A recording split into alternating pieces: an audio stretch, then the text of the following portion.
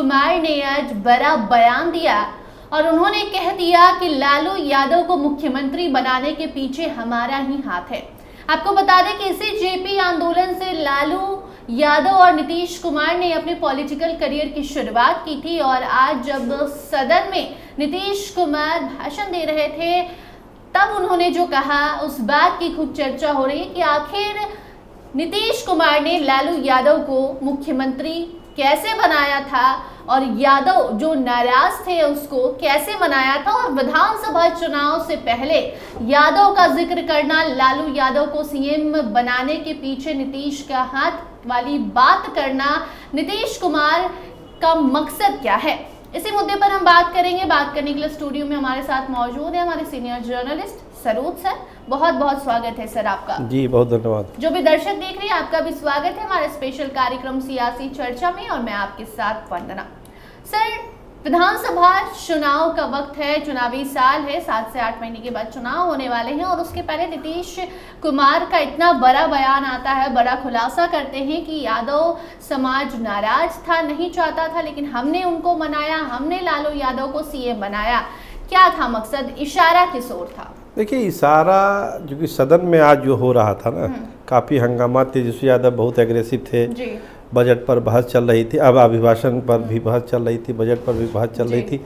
तो एक तरह से जो चीज़ें सामने आ रही थी वो ये थी कि जो आरोप लगा रहे हैं तेजस्वी यादव कि ख़त्म है सरकार, कुछ नहीं कर रही है, तो उन तमाम आरोपों को समेटते हुए एक बात कही नीतीश कुमार ने कि तुम तो अभी बच्चे हो, तुमको क्या पता है, तुम्हारे पिताजी को तो हम ही ने सीएम बनाया और तुम्हारे जात के लोग उस समय विरोध कर रहे थे। तो एक इसका पॉलिटिकल मैसेज है कि अगर आप सीएम बने हैं, लालू यादव सीएम बने हैं, तो नीतीश कुमार का उसमें हाथ है और यादवों का विरोध था, इसके बावजूद हमने आपको बनाया।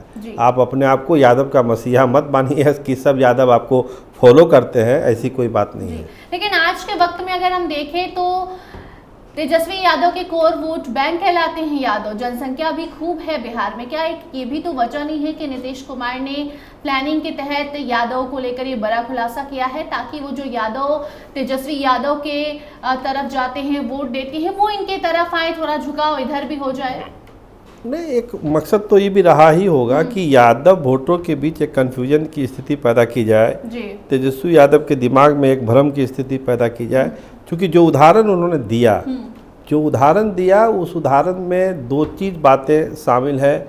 अगर उसको आप पॉलिटिकली ट्रांसलेट करिए तो चुनाव का साल है और यादव को लेकर कि लालू यादव का विरोध यादव कर रहे थे, इसका मतलब है कि उस समय स्थिति ऐसी नहीं थी कि पूरे यादव समाज गोलबंद था या लालू यादव के पीछे। तो आज भी अगर कोशिश की जाए तो उस गोलबंदी को तोड़ा जा सकता है, एक इशारा नीतीश कुमार ने किया जी।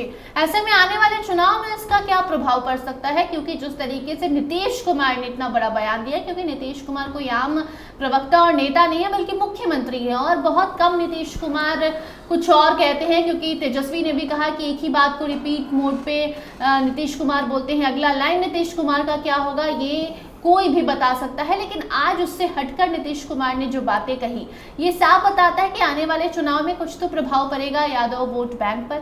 ये तो पूरे लय में थे, आज सदन में, बिहार विधानसभा में पूरे लय में थे नीतीश कुमार। अमूमन हाल फिलहाल के दिनों में ऐसा वो बोल नहीं रहे थे, लेकिन आज अपने पुराने तेवर में थे और साफ साफ लोगों को कहा कि वो फिट हैं और 25 का चुनाव जो है बहुत मजबूती से वो लड़ने जा रहे हैं। अपनी तमाम योजनाओं का जिक्र किया, अपनी तमाम उपलब्धियों का जिक्र किया और 2005 वाली पहली स्थिति जिसके बारे में बार बार वो चर्चा करते हैं, एक बार फिर चर्चा किया उन्होंने।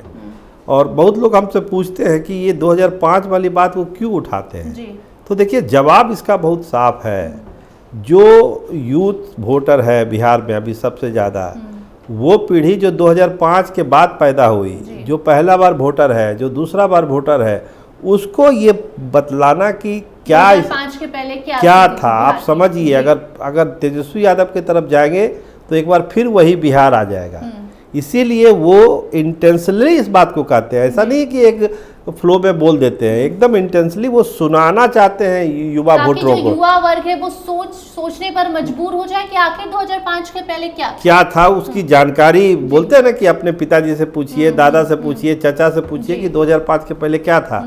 तो वो जो सीन था उसको विजुलाइज कराना चाहते हैं आज के युवाओं के दिल और दिमाग में, ताकि वो तेजस्वी यादव से दूर ही रहे। जी, कल युवा चौपाल भी तेजस्वी यादव पटना में लगा रहे हैं और इसके ठीक पहले बजट जब पेश किया जाता है तो युवाओं के लिए रोजगार, ट्रेनिंग की व्यवस्था, तमाम अलग अलग तरह की योजनाओं पर बात होती है। बजट पेश किया जाता है, बड़ा अमाउंट युवा वर्ग पर खर्च करने की सरकार बात कर रही है। ऐसे में क्या तेजस्वी का युवा चौपाल पहले ही फेल होता नजर आ रहा है? इसका कुछ असर पड़ेगा युवाओं पर? क्योंकि युवाओं को नौकरी चाहिए, रोजगार चाहिए, जो तेजस्वी देने की बात करते हैं, लेकिन अब सरकार में नीतीश कुमार है और उन्होंने बजट पेशी के दौरान ये सारी बातें सम्राट चौधरी ने कही है। देखिए 2020 का चुनाव और लोकसभा का चुनाव जो 24 में भी हुआ, युवाओं का एक रुझान तेजस्वी यादव के प्रति देखा गया।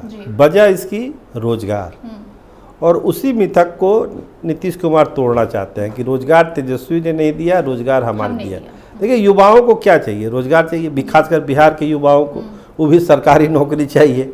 तो जिसकी बात तेजस्वी यादव कर रहे हैं कि भाई हम रोजगार देंगे, इतना लाख रोजगार दे देंगे, ये करेंगे वो करेंगे, तो स्वाभाविक है युवा वोटरों को गोलबंद करने की कोशिश है। और कल का जो चौपाल हो रहा है राजेश यादव के नेतृत्व अगुवाई में और जिसकी उद्घाटन तेजस्वी यादव करेंगे, उसमें भी मैसेज तेजस्वी यादव यही देंगे कि हम आपको रोजगार देने जा रहे हैं, अगर सरकार हमारी आप बनाइएगा तो आपको रोजगार मिलेगा, आपको सुरक्षा मिलेगी, आपका जीवन बेहतर होगा, आप एक बेहतर जिंदगी जिएगा राजद के शासनकाल में। यही एक मैसेज वो उनके दिमाग में कल डालने की कोशिश करेंगे। हाल ही में दिल्ली विधानसभा चुनाव खत्म हुआ है। दिल्ली मॉडल क्या बिहार में अपनाया जाएगा? जिस तरीके से आपने कई सारे वादे किए थे, इसको लेकर भाजपा ने कहा था कि आप जो जो वादा कर रही है वो सारे वादे हम पूरा करेंगे और साथ में हमारी सरकार बनेगी तो और भी इसमें बेनिफिट्स आपको दिए जाएंगे। तो यहाँ पर बिहार में जिस तरीके से तेजस्वी युवाओं को नौकरी देने की बात करते हैं, पलायन खत्म करने की बात करते हैं, तो क्या दिल्ली मॉडल यहाँ भी अप्लाई किया जा सकता है और कहा जा सकता है कि जो तेजस्वी नौकरी देने की बात कर रहे हैं वो तो हम दे रहे हैं, तो ऐसे में हमारी सरकार ही आए, इसकी तैयारी कर रही है एनडीए? देखिए सबसे बड़ा दाव था कि कल के बजट में कि जो डायरेक्ट कैश ट्रांसफ़र होता है महिलाओं के खाते में, उसकी घोषणा नहीं हुई।